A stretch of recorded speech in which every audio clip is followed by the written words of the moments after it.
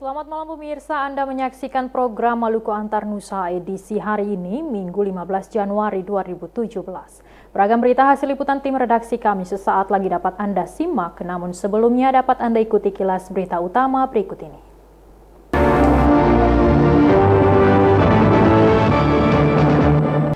Sidang Bank Maluku, saksi Saktenu mengaku pembelian tanah dan gedung Bank Maluku di Surabaya berdasarkan hasil RUPS terbatas yang ditandatangani Said Asagaf dan Risat Lohanapesi.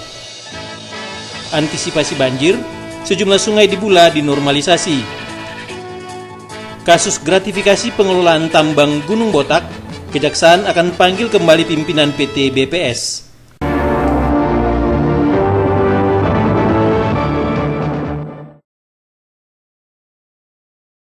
Demikian antara lain topik berita utama Maluku Antar Nusa malam ini. Bersama saya Dewi Takailola, kita ikuti berita selengkapnya.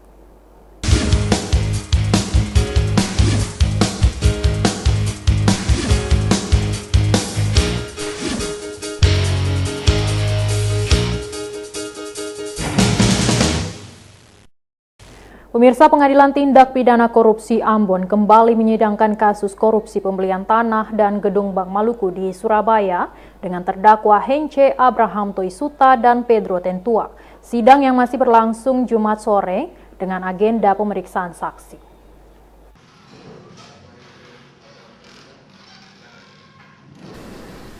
Hence Abraham Toisuta dan Pedro Tentua terdakwa kasus pembelian tanah dan gedung Bank Maluku di Surabaya kembali diadili di Pengadilan Tindak Pidana Korupsi Ambon. Sidang yang dipimpin oleh Didin Asmiatun menghadirkan saksi Direktur Kepatuhan Bank Maluku dan Maluku Utara Ishak Tenu. Tenu mengakui pembelian tanah dan gedung Bank Maluku di Surabaya itu ditandatangani dalam rapat umum pemegang saham terbatas oleh Gubernur Maluku Said Asagaf dan mantan Wali Kota Ambon Risat Lohanapesi. Persetujuan pembayaran 54 miliar rupiah itu termuat dalam memorandum 335 berdasarkan hasil RUPS tersebut. Saksi juga menyatakan pembelian kantor cabang Bank Maluku di Surabaya telah masuk dalam rencana bisnis Bank Maluku. Saksi mengakui pembayaran dana 54 miliar rupiah ditransfer langsung kepada Sunarko pemilik tanah dan gedung di Jalan Darmo Surabaya, Provinsi Jawa Timur. Saksi menjelaskan sebelum melakukan pembelian tanah dan gedung Bank Maluku di Surabaya tertanggal 17 November 2014 dilakukan tinjauan dan kajian yang termuat dalam memorandum 310.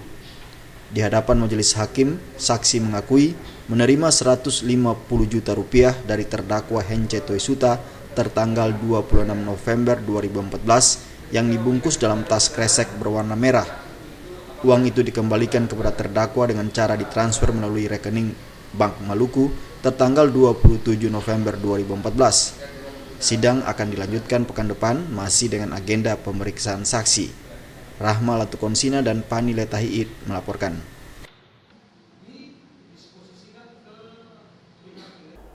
Penyidik Kejaksaan Tinggi Maluku akan mengagendakan pemeriksaan pimpinan PT Buana Pratama Sejahtera BPS terkait gratifikasi uang senilai 2,3 miliar rupiah yang diduga disetor ke rekening Kepala Dinas ESDM Maluku. Sebelumnya, pimpinan PT BPS mangkir dari 2 kali panggilan yang dilayangkan penyidik Kejaksaan Tinggi Maluku.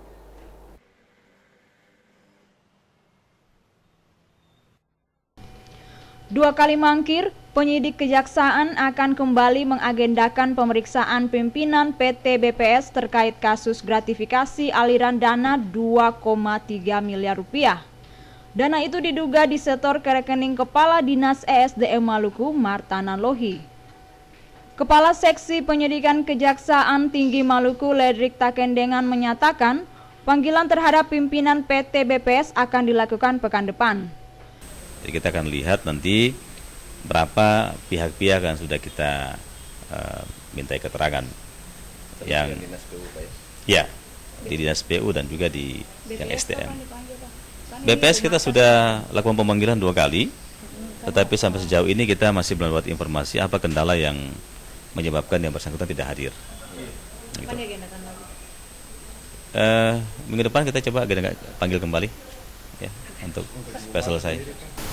Ya, saat ini kasus Gunung Botak itu masih dalam tahap penyelidikan, sehingga dengan agenda adalah permintaan keterangan terhadap pihak-pihak terkait. Sebelumnya, pihak PT Buana Pratama Sejahtera BPS membenarkan setoran dana 2,3 miliar rupiah setiap bulan ke rekening pribadi Kepala Dinas ESDM Martanan Lohi. Penyetoran uang itu dilakukan sejak November 2015 hingga April 2016 dengan alasan kondisi darurat. Sementara PT BPS telah mengangkat sedimen di Sungai Anahoni hampir 300.000 meter kubik. Setoran dana tersebut merupakan tindak lanjut dari Nota Kesepakatan atau MOU antara PT BPS dengan pemerintah Provinsi Maluku. Penyetoran uang itu dengan alasan pembiayaan pengamanan dalam penertiban Gunung Botak akhir 2015 lalu. Dana itu pun dimaksudkan untuk pengamanan dan pengawasan selama PT BPS mengangkat sedimen dari Sungai Anahoni. Kadis ESDM Maluku Martanan Lohi pekan lalu telah diperiksa penyidik Kejaksaan Tinggi Maluku sebagai saksi. Dalam pemeriksaan itu, Nanlohi membantah jika uang yang disetor itu ke rekening pribadi, namun ke rekening bersama. Tidak jelas yang dimaksudkan dengan rekening bersama itu. Minggus Noya dan Edmond Tupan melaporkan. Pemirsa, pasca banjir yang melanda Kota Bula, Kabupaten Seram bagian timur pekan lalu, pemerintah Kabupaten Seram bagian timur melakukan normalisasi sejumlah sungai di sana. Masyarakat setempat dilibatkan dalam normalisasi sungai dan pembersihan lingkungan termasuk saluran air atau selokan di Kota Bula.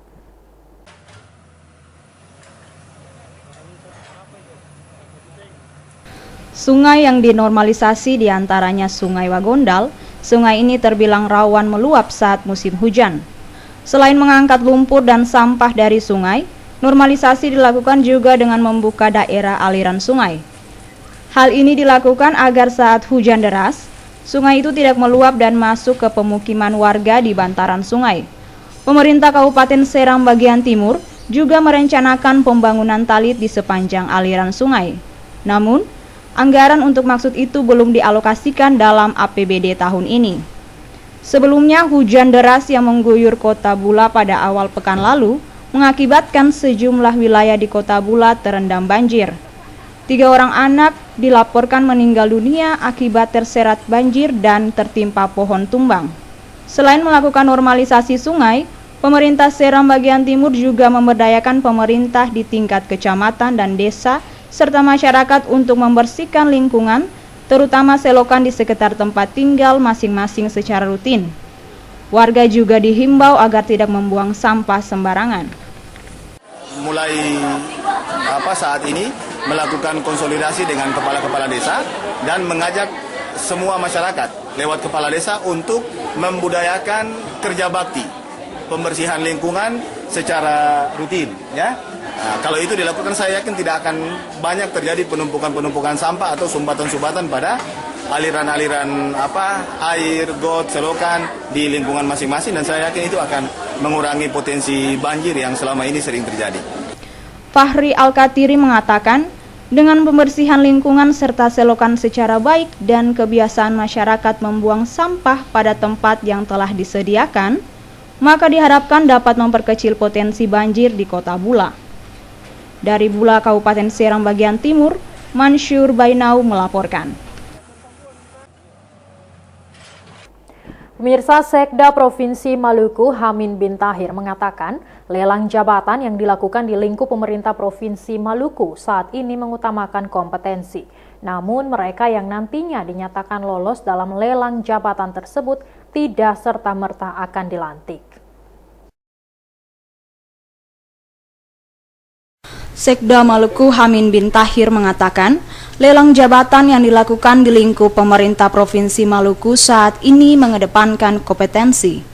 Mereka yang nantinya dinyatakan lolos dalam proses seleksi nanti tidak serta-merta akan dilantik. Penempatan pejabat hasil seleksi tersebut akan disesuaikan dengan kebutuhan organisasi. Hasil seleksi dalam proses lelang jabatan selanjutnya akan disampaikan kepada Gubernur Maluku untuk ditindaklanjuti dalam bentuk pelantikan pejabat yang direncanakan pertengahan Januari tahun ini. Dan jabatan ini kan belum ada laporan dari tim seleksi, nanti ada laporan. Nah, lelang jabatan ini kita sekaligus melihat dan menilai kompetensi. Jadi bukan berarti lelang jabatan terus yang lelang semua harus dilantik, bukan. Tapi kita punya stok kira-kira dari aspek manajerialnya, dari aspek pemahaman kebidaanannya, dia lebih cocok di mana. Mungkin dalam salah satu SKPD ada 3-4 orang yang punya kompetensi ke situ dengan penilaian yang memang dinilai oleh asesor dan tim seleksi. Dan kita sampaikan kepada gubernur bahwa si A dan si B ini punya potensi di bidang ini pada SKPD ini. Dan bukan berarti dia langsung kompetensi langsung dilantik. Nanti ada berapa kali tahapan, mungkin yang ini pensiun, oh ini cocok di sini. Ada pergeseran-pergeseran terkait dengan kompetensi masing-masing. Menurut Sekda, pihaknya sampai saat ini masih menunggu hasil lelang jabatan yang dilakukan oleh tim seleksi. Tercatat kurang lebih 45 pejabat di lingkup pemerintah Provinsi Maluku mengikuti lelang jabatan tersebut. Frida Raiman Hamzah melaporkan. Saudara, berikut dapat Anda ikuti berbagai kegiatan pasangan calon wali kota dan wakil wali kota Ambon dalam rangka Pilkada serentak.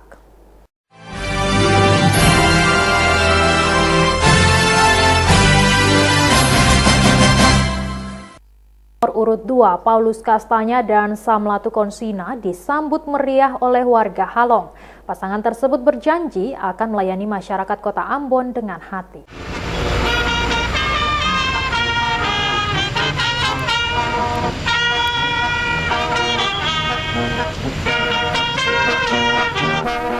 Warga masyarakat Halong Batu-Batu, Kecamatan Baguala antusias menyambut kedatangan pasangan calon wali kota dan wakil wali kota Ambon nomor urut 2, Paulus Kastanya dan Samlatu Konsina. Dalam orasinya, calon wali kota Ambon Paulus Kastanya mengatakan untuk menjadi pemimpin harus menawarkan dan menjelaskan visi dan misi yang dimiliki dan rencana kerja yang akan dikerjakan. Apabila terpilih memimpin kota Ambon 5 tahun mendatang, Paulus Kastanya dan Samlatu Konsina berjanji untuk bisa bikin lebih bagi masyarakat kota Ambon. Visi pantas yaitu kota Ambon adalah kota yang berkeadaban dan berdaya saing serta didukung oleh partisipasi masyarakat.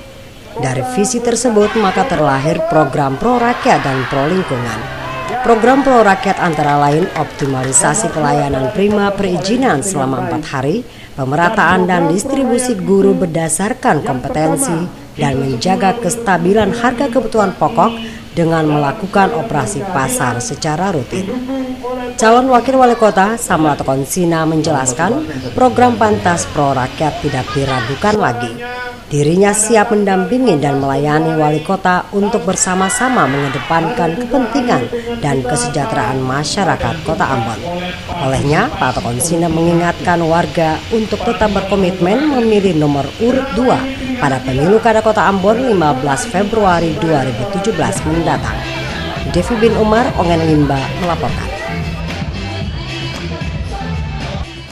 Sementara itu, pemirsa, calon wali kota Ambon Richard Lonapesi menyatakan pasar menjadi perhatian khusus Paparisa Baru jika terpilih nanti menjadi wali kota dan wakil wali kota Ambon periode mendatang. Menurut Lonapesi, kemacetan yang terjadi menjadi salah satu indikator kemajuan kota Ambon. Pasar Merdeka dan Pasar Batu Merah akan menjadi perhatian khusus pasangan calon wali kota dan wakil wali kota Ambon nomor urut 1, Richard Lonapesi Syarif Adler. Kondisi kemacetan yang terjadi di kota Ambon menjadi sebuah indikasi pesatnya kemajuan suatu kota. Guna menunjang pembangunan Pasar Merdeka, telah dibangun Pasar Apung baru yang akan menampung para pedagang. Dengan ditampungnya para pedagang, tidak ada lagi pedagang yang berjualan di badan jalan. Hal ini akan berdampak positif bagi mulusnya lalu lintas di kawasan itu yang nantinya dapat digunakan sebagai jalur alternatif kendaraan. Dengan begitu, kondisi-kondisi kemacetan di kota Ambon yang dialami hampir setiap saat dapat diminimalisir.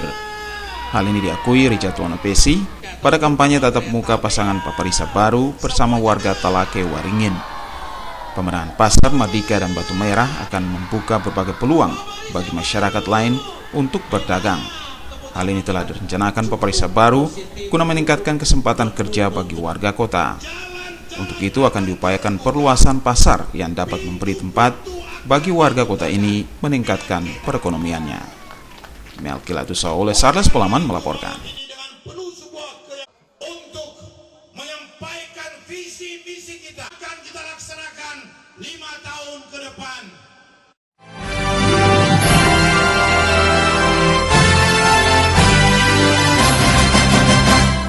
Warga Jemaat GPM Shalom Batu Meja yang merayakan hari ulang tahun ke-22 Jemaat itu pada Jumat malam. Berbagai lantunan pujian dipersembahkan kepada Allah Sang Pencipta oleh warga yang terhimpun dalam Jemaat GPM Shalom Klasis Kota Ambon Jumat malam kemarin. Warga yang berdomisili di Batu Meja menyatukan hati mempersembahkan puji-pujian kepada Allah Sang Pemberi Hidup. Mulai dari anak-anak sekolah minggu, angkatan muda, maupun wadah pelayanan perempuan dan laki-laki, juga berbagai persekutuan dalam jemaat tersebut, larut dalam suasana kebersamaan dan sukacita, mensyukuri kasih Tuhan bagi jemaat tersebut. Betapa tidak, oleh perkenan Tuhan, Jemaat GPM Shalom di tahun ini boleh memasuki usia ke-22 tahun setelah pada tahun 1995 Jemaat Shalom dimekarkan dari jemaat induk, yaitu Jemaat Betania. Setelah dimekarkan, Jemaat GPM Shalom kini memiliki 4 sektor dan 19 unit pelayanan. Selain itu juga di jemaat ini telah memiliki 3 buah gedung gereja sebagai sarana peribadatan umat dan untuk melaksanakan kegiatan-kegiatan lainnya. Untuk itu Pendeta Nes Parihala dalam khotbahnya menyampaikan bahwa dalam perkembangan dan berbagai dinamika yang terjadi dalam Jemaat GPM Shalom sejak dimekarkan 22 tahun lalu, sesungguhnya ada maksud penyelamatan Tuhan bagi semua orang yang berdomisili di Batu Meja. Dari sebuah sektor dapat menjadi sebuah jemaat dengan jumlah jemaat dan pertumbuhan serta perkembangan yang ada, menunjukkan bahwa kasih Allah selalu menyertai Jemaat Shalom. Pendeta Nes Parihala berharap di momen ulang tahun ini, para pelayan dan warga Jemaat GPM Shalom dapat memaknai kasih Tuhan dalam kehidupan sehari-hari lewat pelayanan kepada sesama jemaat maupun juga kepada orang lain. Sementara itu, Ketua Majelis Jemaat GPM Shalom, Pendeta Diki Pikauli dalam pidatonya menguraikan tentang kasih Allah bagi jemaat ini hingga mencapai usia ke-22 tahun. Karena kasih Allah, Jemaat GPM Shalom dapat terus bertumbuh dan berkembang di tengah-tengah kota Ambon. Hal ini ditunjukkan dengan berbagai peningkatan dalam kualitas pelayanan serta program-program yang mengarahkan jemaat untuk mencapai kemandirian bergereja. Untuk itu dirinya berharap kepada para pelayan di jemaat itu terus memiliki iman dan sukacita untuk melayani Tuhan lewat pelayanan kepada warga jemaat tanpa berputus asa dan selalu mencontohi teladan Yesus Kristus yang begitu setia melayani umat serta tulus dan ikhlas dalam melakukan tugas sebagai seorang pelayan. Kepada warga jemaat, Pendeta Pikauli juga berharap agar tetap setia beribadah kepada Tuhan lewat berbagai kebaktian dalam persekutuan-persekutuan di Jemaat Shalom. Talenta yang telah dianugerahkan Tuhan harus dipergunakan dan dibagi kepada umat yang lain. Ibadah ini juga dihadiri oleh mantan-mantan pendeta yang pernah melayani di Jemaat GPM Shalom Batu Meja. Pada ibadah syukur perayaan HUT Jemaat GPM Shalom Klasis Kota Ambon ini juga diberikan bantuan berupa bahan-bahan makanan dan sejumlah keperluan lainnya kepada warga jemaat yang berhak menerimanya. Ibadah syukur HUT ke-22 Jemaat GPM Shalom diakhiri dengan pemotongan kue ulang tahun oleh Ketua Majelis Jemaat dan 2 pendeta penghantar jemaat beserta Sekretaris Klasis Kota Ambon. Pemirsa, Jemaat GPM Rehobot kembali membangun satu rumah ibadah di kawasan Kampung Ganemo Batu Gantung. Minggu pagi, gedung gereja yang dinamai Bethlehem itu ditabiskan dan diresmikan oleh anggota MPH Sinode GPM Pendeta W.M. Pariama. Yang luhur. Karena itu, momentum peresmian gedung gereja Bethlehem Jemaat GPM Rehobot harus impian warga sektor Bethlehem Batu Gantung, Jemaat GPM Rehobot memiliki sebuah gedung gereja yang representatif terwujud. Minggu pagi, gedung gereja yang dinamai Bethlehem diresmikan. Peresmian gedung gereja itu diawali dengan arak-arakan alat sakramen dari gedung Balai Kerohanian setempat.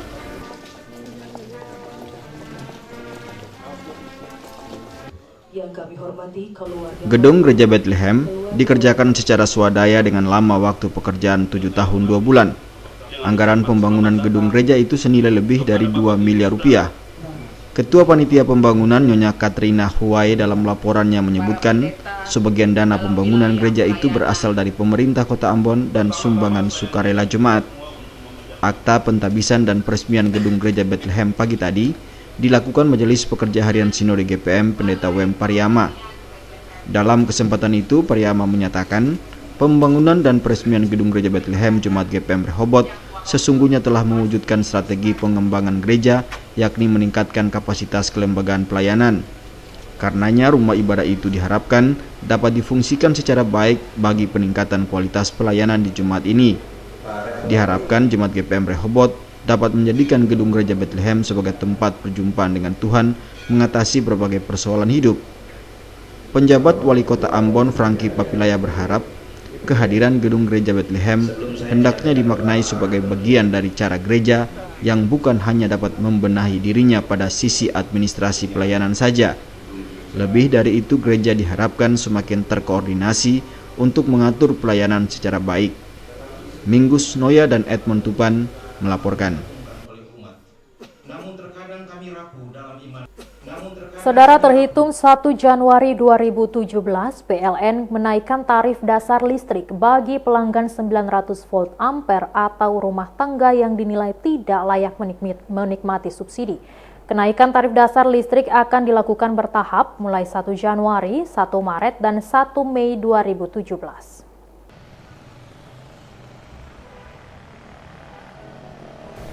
Kenaikan tarif listrik merupakan kebijakan pemerintah untuk memberikan subsidi secara tepat sasaran. Pelanggan listrik rumah tangga mampu berdaya 900 volt ampere dikenakan kenaikan tarif secara bertahap atau dicabut subsidinya. Kenaikan tarif dasar listrik akan dilakukan setiap 2 bulan sekali, yakni 1 Januari, 1 Maret, dan 1 Mei 2017. Dengan demikian, secara bertahap, tarif pelanggan rumah tangga mampu akan mengalami kenaikan dari Rp650 menjadi Rp791 per kWh per 1 Januari. Sedangkan pada 1 Maret naik menjadi Rp1.034 dan 1 Mei menjadi Rp1.352 per kWh. Kenaikan itu disesuaikan tarif otomatis setiap bulan dengan 12 golongan tarif non-subsidi lainnya. Pelanggan rumah tangga yang sebelumnya tergabung dalam golongan rumah tangga 900 VA secara otomatis menjadi golongan baru. Minggus Noya dan Edmond Tupan melaporkan. Arus bongkar muat peti kemas di Pelabuhan Yosudarso Ambon tahun 2016 meningkat sekitar 10% dibanding tahun sebelumnya. General Manager PT Pelindo 4 Cabang Ambon, Farid Padang menyebutkan, peningkatan bongkar muat peti kemas sangat berdampak terhadap pertumbuhan ekonomi di Maluku.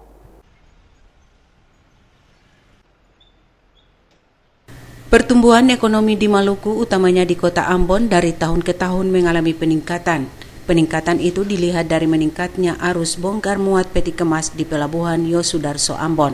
General Manager PT Pelindo 4 Cabang Ambon, Farid Padang mengatakan, arus bongkar muat peti kemas di tahun 2016 mencapai 80.000 atau meningkat 10% dari tahun 2015 lalu.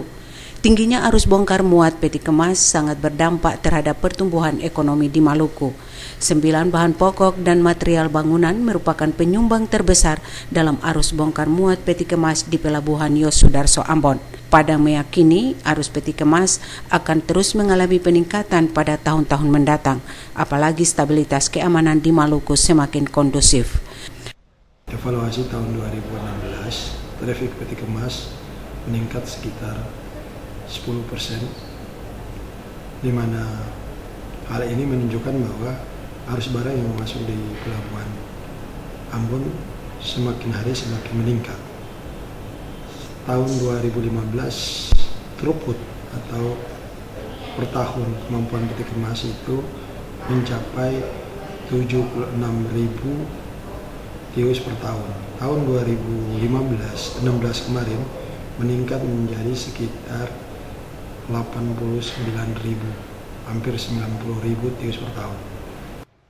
Mengingat tingginya permintaan masyarakat terhadap 9 bahan pokok, PT Pelindo 4 Cabang Ambon akan mendatangkan kapal peti kemas berukuran besar yang mampu menampung ratusan kontainer yang nantinya akan pasok ke wilayah Maluku dan Papua.